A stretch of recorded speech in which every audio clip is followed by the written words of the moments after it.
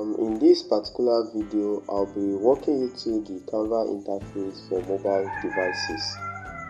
So peradventure you've watched the previous module where we talked about the interface for Canva interface for desktop.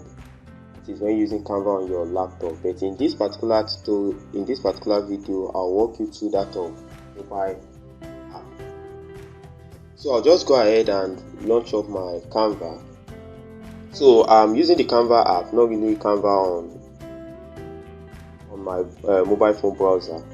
So from the Canva app, once you launches the Canva app, at the top here we have where you can search on Canva. So the search are of two categories. It's either you search for content on Canva, that is the template on Canva, or you search for your project. So whatever keywords you search here, you type in here, it's either it will be the template on Canva you are searching or within the project you've worked on. So I'll just go ahead and cancel this. Then beside that, these are different categories of design that you can quickly start up. Now aside from that, you can also try out some other design categories that Canva is presenting to you here. Then beside that, you have your recent design that you can view your recent design, the designs you worked on recently. Now moving towards the bottom here, you have your home tab where you can always come back to this home page. In projects, where you can view all your projects, the projects you've worked on, and from there you can always go back to the home as well. Then we have the menu here. So when you click on the menu, it takes you to where you can see all of the settings related to your account.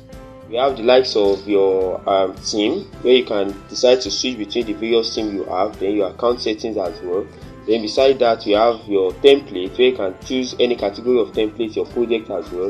Then the classwork, that is, if you have created several classes within your team, so you can decide to switch between the various classes, add members to the classes.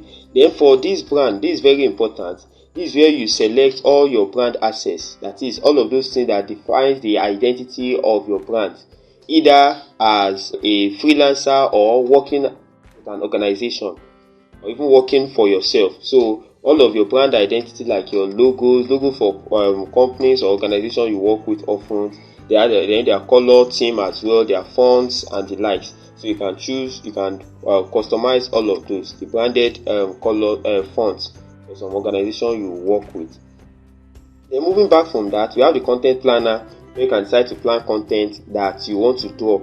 So it's just more like a content schedule, much more useful for maybe digital marketers. I want to create a content schedule. Okay, every Monday I'll be posting motivational Monday. Then the design for motivational Monday, you design it and then you can decide to create a schedule in line with that. Then you have where you can discover apps and integration on Canva.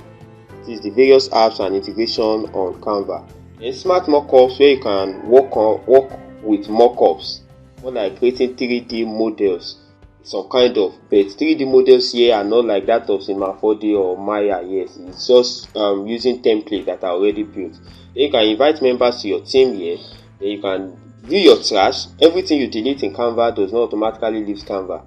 It's kept within the trash until and unless you decide to discard the content of the trash. Then you can do the settings here as well.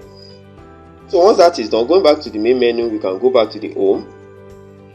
Now from the home here, we have this plus icon, which is where you can also start a design project from. So once you hit it, you see several categories of projects you can work with Canva. So you can also decide that you want to create a logo or whatever other thing you want to create, or you just want to use your own photo. Maybe you want to edit a particular photo.